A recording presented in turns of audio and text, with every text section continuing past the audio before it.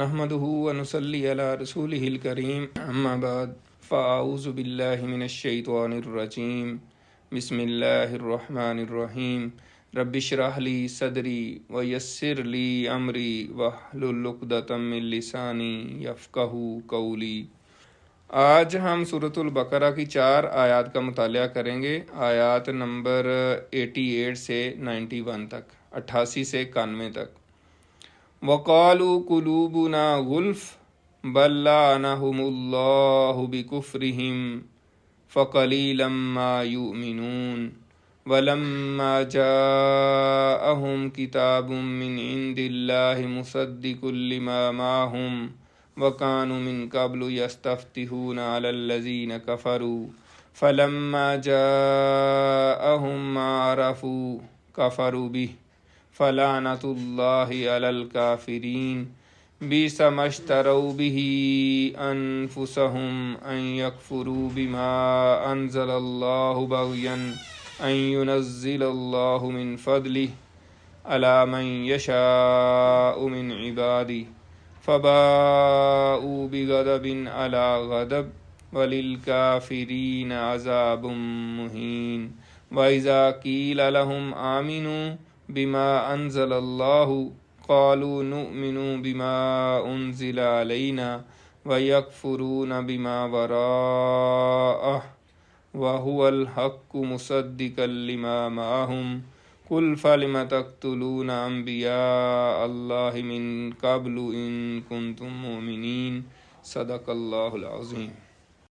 وَقَالُوا قُلُوبُنَا غُلْفٌ، ہم نے پچھلے سبق میں جو پڑھا تھا اس میں بھی یہودیوں کی اسی طرح کی حرکتیں اور اسی طرح کی جو ان کی کارستانیاں تھیں ان کا ذکر تھا کہ حضرت موسیٰ علیہ السلام کے بعد اللہ تعالیٰ نے فرمایا تھا کہ ہم نے پے در پے نبی بھیجے، اور اس میں بھی جو ہے نا حضرت عیسیٰ علیہ السلام کا خاص طور پہ ذکر تھا اور ان کی معجزات کا ذکر تھا، لیکن پھر ان کا رویہ دیکھیں کہ انہوں نے کچھ نبیوں کو جھٹلایا اور کچھ کو وہ قتل کرتے رہے۔ یہ ہمارا پچھلے سبق میں سارا آیا ہے، یہ سیاق و سباق اس کا یہ ہے۔ اب یہاں سے ان کی مزید جو ہے نا باتیں آ رہی ہیں کہ وہ کیا کیا کام کرتے رہے ہیں۔ وقالو، اور وہ کہتے ہیں قلوبنا غلف، کہ ہمارے دلوں پر پردے پڑے ہیں۔ جب ان سے کہا جاتا ہے نا ایمان لاؤ، تو وہ کیا کہتے ہیں کہ ہمارے دلوں پر تو غلاف ہیں، ہمارے دل بڑے محفوظ ہیں، ان کے اندر ہمارے عقیدے بڑے پختہ ہیں، آپ کی باتوں میں ہم آنے والے نہیں ہیں، ہم بڑے پکے ہیں، ہم اپنے ایمان میں اپنے یقین میں بڑے پکے ہیں۔ حالانکہ یہ بات نہیں، اللہ تعالیٰ نے کہا کہ ایسی بات نہیں ہے۔ یہاں پہ مفسرین نے اس کے 3 مطلب بیان کیے ہیں۔ ایک تو انہوں نے غلف کا مطلب یہی بتایا کہ غلف سے مراد یہ ہے کہ پردے پڑے ہوئے ہیں، یعنی کہ ہمارے دل محفوظ ہیں۔ جیسے قرآن مجید ہم کہتے ہیں نا غلاف میں لپیٹ کے ہم رکھتے تھے پہلے، آج کل بھی کچھ لوگ رکھتے ہیں، وہ ایک علیحدہ بحث ہے بہرحال۔ اسی طریقے سے جناب انہوں نے کہا، دوسرا اس کا جو مطلب ہے وہ یہ ہے کہ وہ کہتے تھے کہ ہمارے دل جو ہیں وہ علم کے مخزن ہیں، یعنی علم سے بھرے ہوئے ہیں، یعنی اس لیے ہمیں ضرورت ہی نہیں ہے کہ آپ ہمیں کہیں کہ ایمان لائیں، ہمارے پاس تو علم، ہمیں قرآن کی ضرورت ہی نہیں ہے، نعوذ باللہ، ہمارے پاس تو پہلے ہی بہت علم ہے، ہم تو نالج سے بھرے ہوئے ہیں، دین دنیا کا پتہ نہیں کس کس طرح کا ہمارے پاس نالج ہے، اس لیے ہمیں قرآن کی ضرورت نہیں ہے۔ اور اسی طرح جو ہے آج کے دور میں بھی یعنی ایسے لوگ ہو سکتے ہیں جو اپنی ہٹ دھرمی اور اپنی جہالت کی وجہ سے جو ہے نا ایسی باتیں کہیں کہ ہمیں جناب اس کی ضرورت نہیں ہے یا ہمیں قرآن کی ضرورت نہیں ہے۔ یہ تفہیم القرآن میں مولانا مودودی صاحب نے یہ بات لکھی ہے۔ لیکن اصل وجہ کیا تھی؟ اللہ تعالیٰ نے وہ وجہ بیان کر دی ہے، بل لعنہم اللہ بکفرہم، یہ نہیں ہے کہ ان کے دلوں پہ غلاف ہے اور ان کے بڑے عقیدے پختہ ہیں اور کوئی ان کو متاثر نہیں کر سکتا، بلکہ اللہ تعالیٰ فرما رہے ہیں نہیں ایسی بات نہیں ہے، بل لعنہم اللہ بکفرہم، بلکہ اللہ تعالیٰ نے ان کے اوپر لعنت کر دی ہے، ان کو اپنی رحمت سے دور کر دیا ہے۔ کس وجہ سے؟ بکفرہم، ان کے کفر کی وجہ سے، ان کے انکار کرنے کی وجہ سے اور ان کی ناشکری کی وجہ سے۔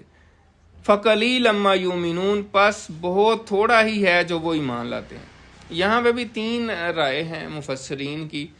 کہ تھوڑا ایمان لانے سے کیا مراد ہے۔ ایک تو پہلی رائے جو امام ابن کثیر نے بیان کی ہے وہ یہ ہے کہ یہ نہیں ہے کہ ان کے کتنے لوگ ایمان لائے تھے، بہت تھوڑے۔ ایک تو یہ مطلب ہے کہ ان کے بہت کم لوگ ایمان لائیں گے، اور ایسا ہی ہوا۔ ہم نے پہلے بھی میرے خیال ہے پچھلے سبق میں بھی یہ بات کی تھی، تقریباً ان کے کوئی 10-12 کے قریب روایات میں آتا ہے لوگ مسلمان ہوئے تھے۔ حضرت عبداللہ بن سلام اور ان کے جو کوئی ساتھی تھے وہ مسلمان ہوئے تھے، کوئی بہت زیادہ ان کے لوگ مسلمان نہیں ہوئے۔ اب دوسرا جو مفہوم ہے وہ یہ ہے کہ بہت تھوڑا، یعنی ایمان ہی تھوڑا لے کر آتے ہیں۔ اس سے کیا مراد ہے؟ اس سے مراد جو ہے مفسرین نے یہ بیان کیا ہے کہ حضرت موسیٰ علیہ السلام پر ایمان لاتے ہیں، تورات پر ایمان لاتے ہیں، ٹھیک ہے، یا قیامت پر ایمان لاتے ہیں، یہ تو ایمان ان کا تھا۔ لیکن حضرت عیسیٰ علیہ السلام پر ایمان نہیں لائے، ٹھیک ہے، اور حضور پاک صلی اللہ علیہ وسلم پر ایمان نہیں لائے، قرآن مجید پر ایمان نہیں لائے، تو پھر کیا ایمان ہے؟ تو کوئی ایمان نہیں ہے۔ اور تیسرا مفہوم جو ہے وہ بھی بالکل ویلڈ ہے کہ بہت کم ہی، قلیل کا مطلب ہوتا ہے کم، تو جب کوئی بھی چیز ہو اس کے بعد ما بھی آ جائے نا تو وہ اس کو مزید تاکید کا صیغہ اس کو کہتے ہیں۔ قلیلاً کم اور قلیلاً ما بہت ہی کم۔ اسی طرح ہوتا ہے نیم اچھا، نیما کیا ہی اچھا، بہت ہی اچھا۔ اسی طرح بیسا کا مطلب ہوتا ہے برا، بیسما بہت ہی برا، یہ آگے آئے گا بھی۔ تو فقلیلا ما یؤمنون، بہت ہی کم ایمان لاتے ہیں۔ تو اس پہ بھی امام ابن کثیر نے مثال سے بیان کیا ہے کہ عربوں میں نا یہ دستور تھا، رواج تھا، ان کے محاورے میں یہ بات بھی تھی کہ جب وہ کہتے تھے نا کہ مجھے بہت کم ہی سمجھ آئی ہے، یا مجھے کوئی بات کرتے تھے، مثلا وہ کہتے تھے کہ یہ تو میں نے اس جیسا تو بہت کم ہی دیکھا ہے، تو اس کا مطلب ہوتا ہے کہ یہ چیز میں نے نہیں دیکھی کبھی، یعنی یہ ایک طریقہ کار ہوتا ہے، اسلوب ہوتا ہے زبان کا۔ تو یہ تینوں مفہوم ہی لیے گئے ہیں، اور تیسرا مفہوم بھی مفسرین نے بیان کیا کہ ان کے اندر ایمان ہی نہیں تھا۔ ظاہر ہے جب اللہ کے نبی کو ہی نہ مانے کوئی تو پھر باقی کیا رہ جاتا ہے۔ وَلَمَّا جَاءَهُمْ كِتَابٌ، پھر جب آئی ان کے پاس ایک کتاب یعنی قرآن مجید، من عند اللہ، اللہ کے ہاں سے۔ اب یہاں پہ ایک سوال ذہن میں آتا ہے کہ وَلَمَّا جَاءَهُمْ كِتَابٌ مُصَدِّقٌ لِمَا مَعَهُمْ، اس طرح بھی ہو سکتا تھا، تو من عند اللہ کیوں کہا ہے؟ ٹھیک ہے نا، ایک کتاب آئی ہے تصدیق کرنے والی۔ لیکن قرآن مجید میں ہم کہتے رہتے ہیں جتنے بھی مفسرین ہیں کہ کوئی بھی لفظ جو ہے وہ اضافی نہیں ہے، تو اب ہم اگر غور کریں مان تو پھر بھی نہیں رہے وہ، لیکن یہاں پہ اللہ تعالیٰ نے واضح کر کے بتایا کہ یہ اللہ کی طرف سے کتاب آئی ہے، یہ حضرت محمد صلی اللہ علیہ وسلم نے اپنی طرف سے نہیں بنا لی۔ لیکن آج بھی جو عیسائی ہیں، جو یہودی ہیں، یورپ امریکہ میں جو سارے لوگ ہیں، یعنی یہودی اور عیسائی جو لوگ ہیں، وہ ابھی بھی نہیں مانتے۔ وہ کہتے ہیں نہیں ہم تو نہیں مانتے، یہ تو محمد صلی اللہ علیہ وسلم، یعنی وہ کہتے ہیں محمد کی تصنیف ہے، یہ قرآن اللہ کی کتاب، ہم نہیں مانتے۔ کوئی مسلمان اسکالر ان کے ساتھ بحث کرے یا کوئی بات ہو تو کہتے ہیں ٹھیک ہے ہم ڈیبیٹ کر لیتے ہیں، لیکن پہلے یہ طے کر لیں کہ ہم یہ اللہ کی کتاب نہیں مانتے، ویسے چلو آپ نے بات کرنی ہے تو کر لیں۔ حالانکہ یہ بات آ رہی تھی من عند اللہ، اللہ کی ہاں سے ہے، مصدقن، یہ تصدیق کرنے والی ہے، یعنی قرآن مجید جو کتاب ہے یہ تصدیق کرنے والی ہے، لما معہم، جو ان کے ساتھ ہے، یعنی تورات کی تصدیق کرنے والی کتاب ہے یہ قرآن مجید۔ کس طرح تصدیق کرتی ہے؟ مصدق جو لفظ ہے، ہم نے کہا تھا کہ تھوڑا لفظوں کا بھی جو ہے نا مفہوم بیان کریں گے، تو صدق یصدق کا مطلب ہوتا ہے تصدیق کرنا، اور مصدقن جو ہے تصدیق کرنے والی، اور مصدق ہوتا ہے جس کی تصدیق کی گئی ہو، اور اسی سے جو ہے نا بنتا ہے مؤنث کا صیغہ مصدقہ، ٹھیک ہے۔ آپ نے سنا ہوگا مصدقہ نقول، ٹھیک ہے نا، ٹیسٹڈ کاپیز آپ اتنی لے آئیے گا، 3 ٹیسٹڈ کاپیز اس کی چاہیے۔ یہ تو لفظ اب عام استعمال کرتے ہیں نا، لیکن اس کا اردو میں جو استعمال ہوتا تھا پہلے نا، اب ذرا کم استعمال ہوتا ہے، لڑکوں کو، نئے جنریشن کو تو نہیں پتا۔ پہلے ہوتا تھا اتنی مصدقہ نقول چاہیے، جس کو آج آپ کہتے ہیں نا اتنی ٹیسٹڈ کاپیز، تو وہ ہوتا ہے تصدیق شدہ۔ تو یعنی قرآن مجید مصدق ہے تورات کا، یعنی یہ تصدیق کرنے والا ہے، ویریفائی کر رہا ہے کہ واقعی وہ اللہ کی کتاب تھی، اور اس میں، اور وہ قرآن مجید کی تصدیق کرتی ہے تورات۔ کس طرح کہ اس میں اللہ کے نبی کی بشارتیں ہیں کہ ایک نبی نے آنا ہے، اس طرح وہ ایک شہر سے دوسرے شہر میں آئیں گے، سفر کر کے آئیں گے، ساری نشانیاں اس میں موجود تھیں، اور وہی نشانیاں دیکھ کے تو یہودی جو ہے نا مدینے میں آ کے آباد ہوئے تھے۔ وَكَانُوا مِن قَبْلُ يَسْتَفْتِحُونَ عَلَى الَّذِينَ كَفَرُوا، حالانکہ یہ جو ایمان نہیں لا رہے، انکار کر رہے ہیں یہودی جو ہیں، حالانکہ اس سے پہلے اسی کتاب اور اسی نبی کا واسطہ دے کر اللہ تعالیٰ سے وہ دعائیں کیا کرتے تھے، فتح کی دعائیں مانگا کرتے تھے کافروں کے مقابلے میں، اور یہ واضح حقیقت ہے، صحابہ کرام نے یہ بیان کیا ہے، اور مفسرین نے بھی بڑا تفصیل سے اس پہ لکھا ہے کہ حضور پاک صلی اللہ علیہ وسلم کے آنے سے پہلے جب ان کا مشرکین عرب سے کبھی جنگ ہوتی تھی تو وہ ان کو کہتے تھے کہ ایک نبی آنے والا، ایک عظیم الشان نبی، آخر الزمان نبی آنے والا ہے، وہ آئے گا تو پھر ہم ان کے ساتھ مل کے تمہارے خلاف جہاد کریں گے اور تمہیں تہہ تیگ کر دیں گے۔ اسی طرح ایک روایت بیان کی جاتی ہے، مطلب وہ مکے میں ایک یہودی تھا، اس کا کوئی مسئلہ ہوا تو اس نے لوگوں کو شور ڈالا، میرے اس نے پیسے، اور اس نے کہا کہ ایک نبی آنے والا ہے، ہم مل کے تمہارے خلاف جہاد کریں گے اور تمہیں چن چن کے ماریں گے، اس طرح اس نے کہا۔ تو خاص طور پہ اوس اور حضرت جو مدینے میں مشرک اس وقت جو یہ لوگ مسلمان نہیں ہوتے تو ان کے خلاف جو ہے وہ جہاد کی بات کر رہے تھے، تو ان کے خلاف جب وہ لڑتے تھے تو یہی بات کرتے تھے، اور اوس اور خزرج کے لوگ جو ہے نا یہ ان کی باتیں سنتے رہتے تھے۔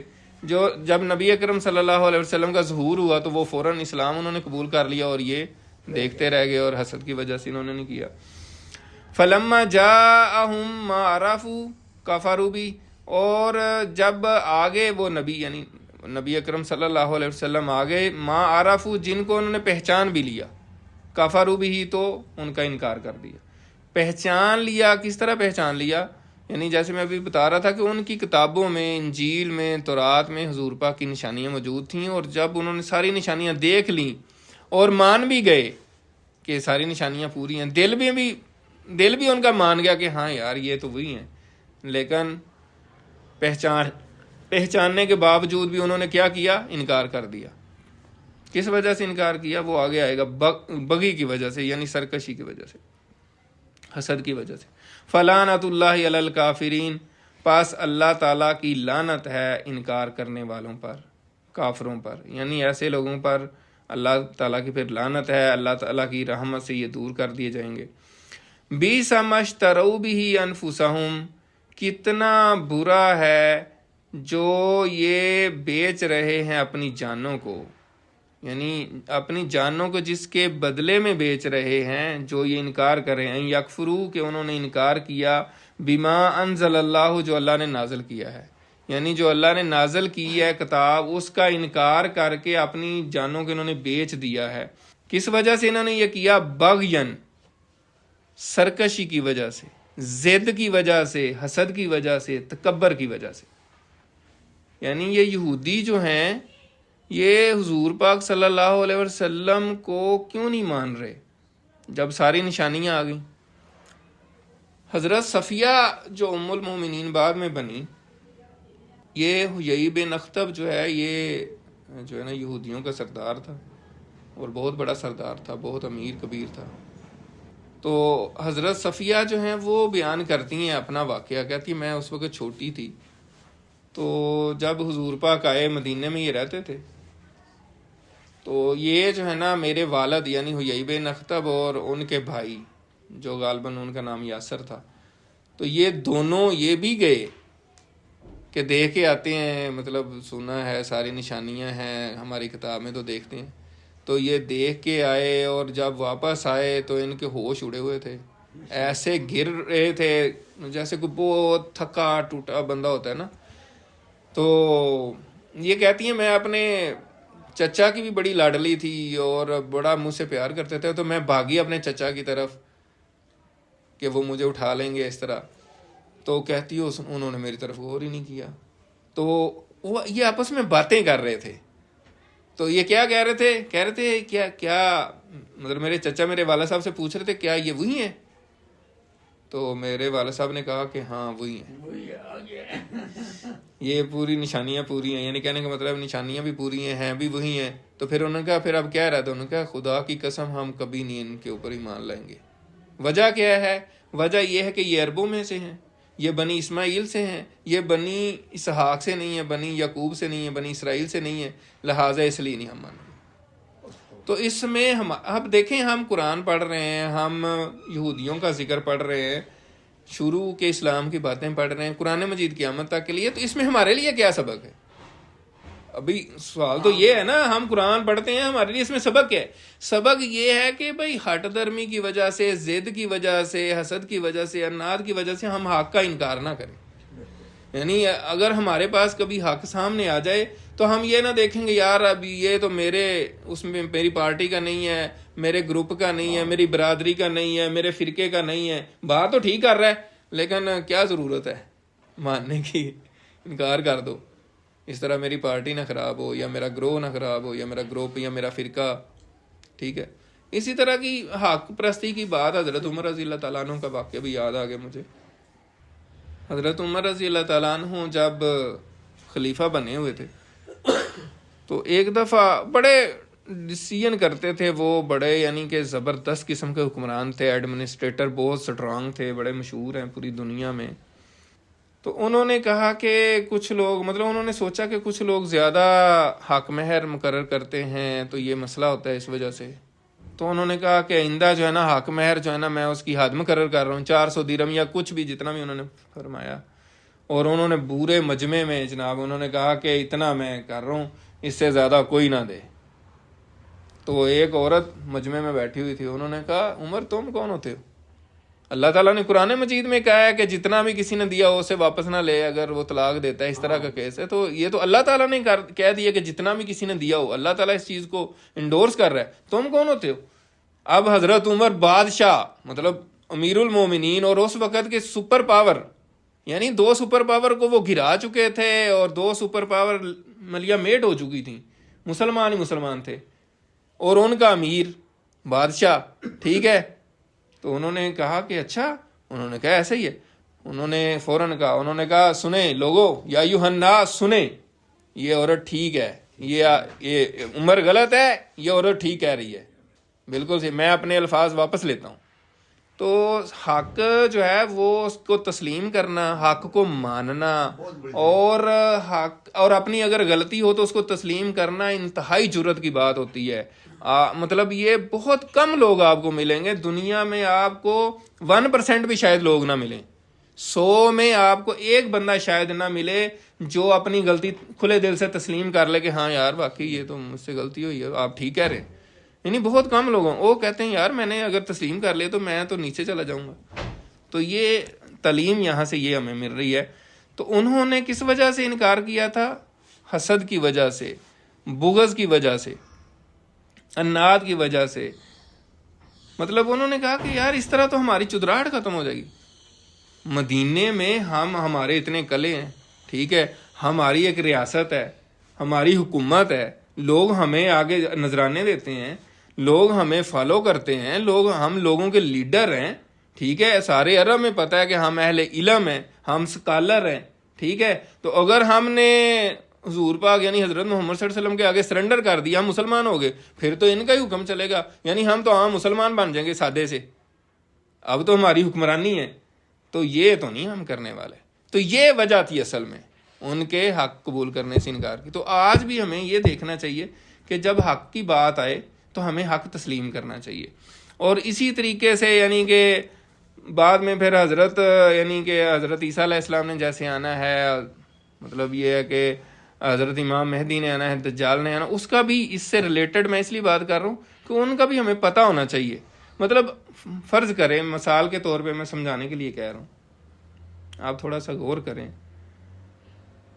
اگر حضرت عیسیٰ علیہ السلام آ جائیں یا امام مہدی، اور جو ہمارے معاشرے کے بڑے بڑے چودھری اور لیڈر اور حکمران بنے ہوئے ہیں، ٹھیک ہے، وہ کہ میں امام مہدی ہوں، کچھ لوگ مان بھی لیں ان کو اور تصدیق بھی کر دیں، جو نشانیاں بتائی ہوئی ہیں وہ بھی پوری ہو جائیں، اسی طرح حضرت عیسیٰ علیہ السلام بھی آ جائیں، تو کتنا ان کے لیے مشکل ہوگا، پتہ نہیں وہ کیا کریں گے.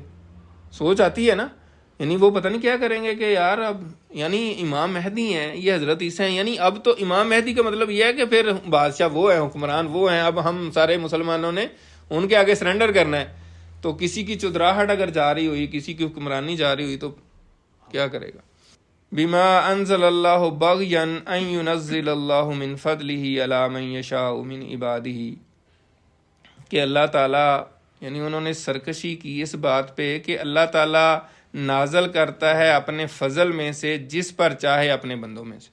یعنی اللہ تعالیٰ اپنا فضل جو ہے یا وحی جو ہے یا قرآن مجید جو ہے، جو بھی آسمانی کتاب ہے، اللہ تعالیٰ کی مرضی ہوتی ہے کہ وہ اپنا فضل جس پر چاہے کرے. کوئی اس کے فیصلے پر اعتراض نہیں کر سکتا کہ اس نے فلاں کو کیوں دیا، فلاں پہ وحی کیوں آئی ہے اور فلاں کو نبی کیوں بنایا ہے.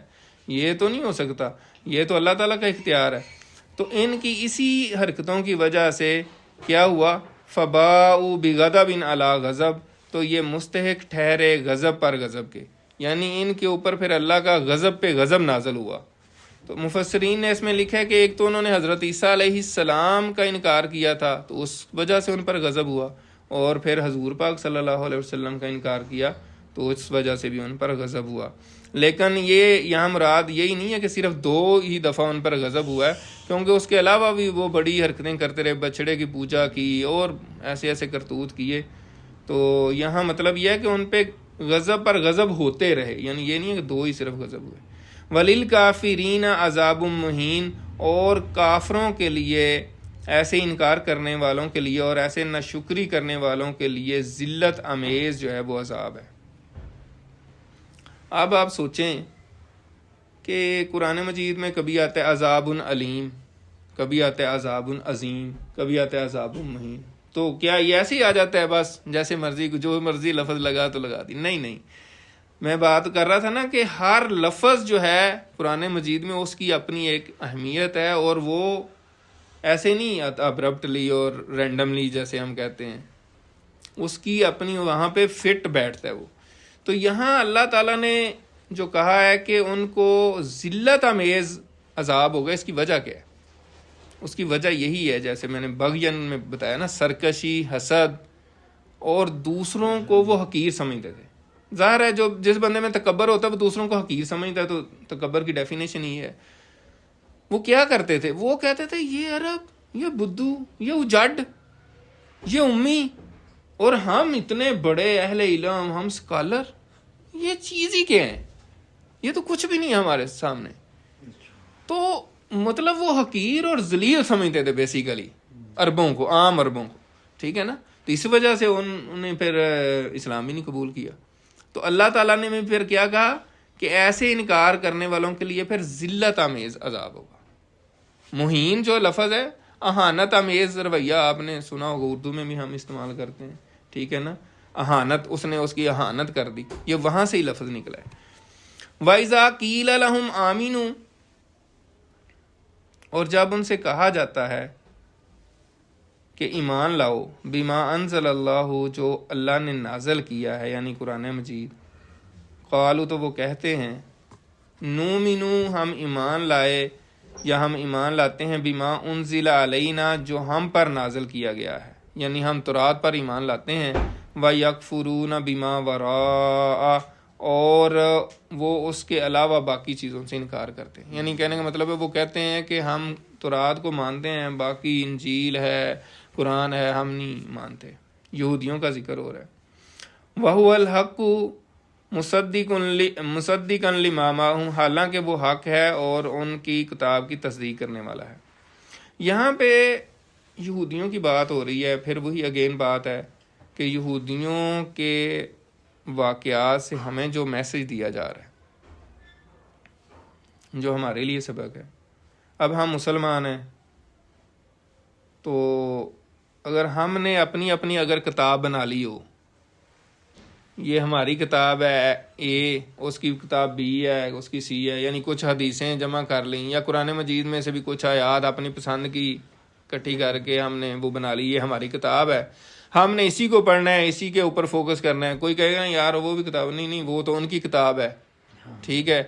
تو ہم نے اپنی اپنی کتاب بنا لی ہوئی ہے، اسی طریقے سے اپنے اپنے امام بنا لیے ہیں یا اپنے اپنے پیر اور بزرگ، اور پھر ہم سمجھتے ہیں کہ جو وہ ہمارا بزرگ یا ہماری کتاب ہے ہم نے اسی کو پڑھنا ہے، تو ادھر ادھر نہیں دیکھنا. تو اس وجہ سے ہی ہماری قوم جو ہے اور ملت اسلامیہ تقسیم ہے نا. اگر ہم قرآن مجید پہ آ جائیں، ایک ہی کتاب سارے مسلمانوں کا جس پہ اتفاق ہے، ہر بندہ اسی کو ریفر کرے کہ بھئی یہ قرآن مجید ہے، اس میں سے مجھے تم بتا دو، ٹھیک ہے، اور بزرگ ایک ہی ہمارے نبی اکرم صلی اللہ علیہ وسلم، اس پہ آ جائیں، یعنی قرآن اور حدیث پہ. اب ظاہر حضور پاک صلی اللہ علیہ وسلم کی جو باتیں ہیں وہ حدیث کی شکل میں، سنت کی شکل میں موجود ہیں. تو اسی لیے نبی اکرم صلی اللہ علیہ وآلہ وسلم نے فرمایا تھا، بڑی زبردست حدیث ہے کہ آپ نے فرمایا کہ تم کبھی بھی میرے بعد گمراہ نہیں ہوگے اگر دو چیزوں کو مضبوطی سے تھام لو. تو صحابہ نے پوچھا کہ کیا ہے؟ تو آپ نے فرمایا کہ کتاب، یعنی اللہ کی کتاب قرآن مجید اور میری سنت، ٹھیک ہے. ان دو چیزوں کو اگر مضبوطی سے تھام لو، ابو داؤد شریف کی یہ حدیث ہے کہ اپنے دانتوں کی جو داڑیں ہیں نا اس سے مضبوطی سے پکڑ لو، یعنی زور زبردستی بہت مضبوطی سے اس کو آپ نے تھام لینا ہے. دنیا جو مرضی کرتی پھرے، جو مرضی دلیلیں دیتی پھرے، جو مرضی بیان کرتی پھرے، آپ کو لچھے دار کوئی باتیں سنائے، آپ کو کوئی جس طرح کی مرضی فلسفے بیان کرے، ٹھیک ہے، آپ نے کہنا ہے بھائی مجھے قرآن میں سے دکھاؤ یا حدیث میں سے دکھاؤ یا سنت میں سے، باقی ادھر ادھر کی مجھے کہانیاں نہ سناؤ، ٹھیک ہے نا. تو پھر آپ کو پتہ چل جائے گا، ٹھیک ہے. اور اگر آپ کو کوئی کہے کہ نہیں قرآن مجید پڑھنے سے تم گمراہ ہو جاؤ گے، نعوذ باللہ، ایسے لوگوں نے لکھا ہوا ہے، ٹھیک ہے. قرآن نہیں پڑھنا آپ نے، قرآن جو ہے ہم آپ کو بتائیں گے قرآن میں آپ نے کیا پڑھنا ہے یا قرآن میں کیا لکھا ہوا ہے، بس وہی جو ہم کہیں. تو ایسی بات تو نہیں ہے، ٹھیک ہے نا. تو قرآن مجید ہی مسلمانوں کی ٹیکسٹ بک ہے، اسی کو ہی فالو ہمیں کرنا چاہیے، اور اس میں ہی ساری چیزیں موجود ہیں. اور اس کے بعد نبی اکرم صلی اللہ علیہ وسلم کی سنت ہے، آپ کی احادیث ہیں، ٹھیک ہے، جس پہ مسلمانوں کا اتفاق ہے، ٹھیک ہے. باقی کسی بندے نے کوئی کتاب لکھ دی ہے، اس کی ایک رائے ہو سکتی ہے، ٹھیک ہے، وہ غلط بھی ہو سکتی ہے، صحیح بھی ہو سکتی ہے، ٹھیک ہے نا. تو جن چیزوں پہ اتفاق ہے اسی پہ ہم سب کو جانا چاہیے، تو یہی ہمارے لیے فلاح کی راہ ہے. تو یہاں پہ اصل میں یہودیوں کی بات ہو رہی تھی کہ وہ کہہ رہے ہیں کہ ہم تو تورات کو مانتے ہیں اور اس کے علاوہ کسی کتاب کو نہیں مانتے. وَهُوَ الْحَقُّ مُصَدِّقًا لِّمَا مَعَهُمْ، حالانکہ وہ حق ہے اور تصدیق کرنے والی ہے تورات کی بھی. قُلْ فَلِمَ تَقْتُلُونَ أَنْبِيَاءَ اللَّهِ مِنْ قَبْلُ إِن كُنتُم مُؤْمِنِينَ. اللہ تعالیٰ نے نبی اکرم صلی اللہ علیہ وسلم سے فرمایا کہ آپ ان سے ذرا پوچھئے اگر یہی بات ہے کہ تم تورات پر ایمان لانے والے ہو، چلو مان لیا کہ تم تورات پہ ایمان لے، تو پھر یہ بتاؤ کہ تم نبیوں کو کیوں قتل کرتے رہے ہو، ٹھیک ہے نا. اگر تم تورات کے ہی ماننے، چلو مان لیا کہ تم نے اور کسی کتاب کو نہیں ماننا، اس کو تو مان لیا. تو جو نبی آئے جنہوں نے تورات کی ہی تعلیم دی، اسی سے تبلیغ کی، اسی کو وہ بھی مانتے تھے، حضرت زکریا علیہ السلام، حضرت یحییٰ علیہ السلام. تو پھر تم نے ان کو کیوں قتل کیا؟ اگر تم اس بات میں اگر سچے ہو تو اس کا جواب دو. تو اس کا بھی کوئی جواب نہیں ہے.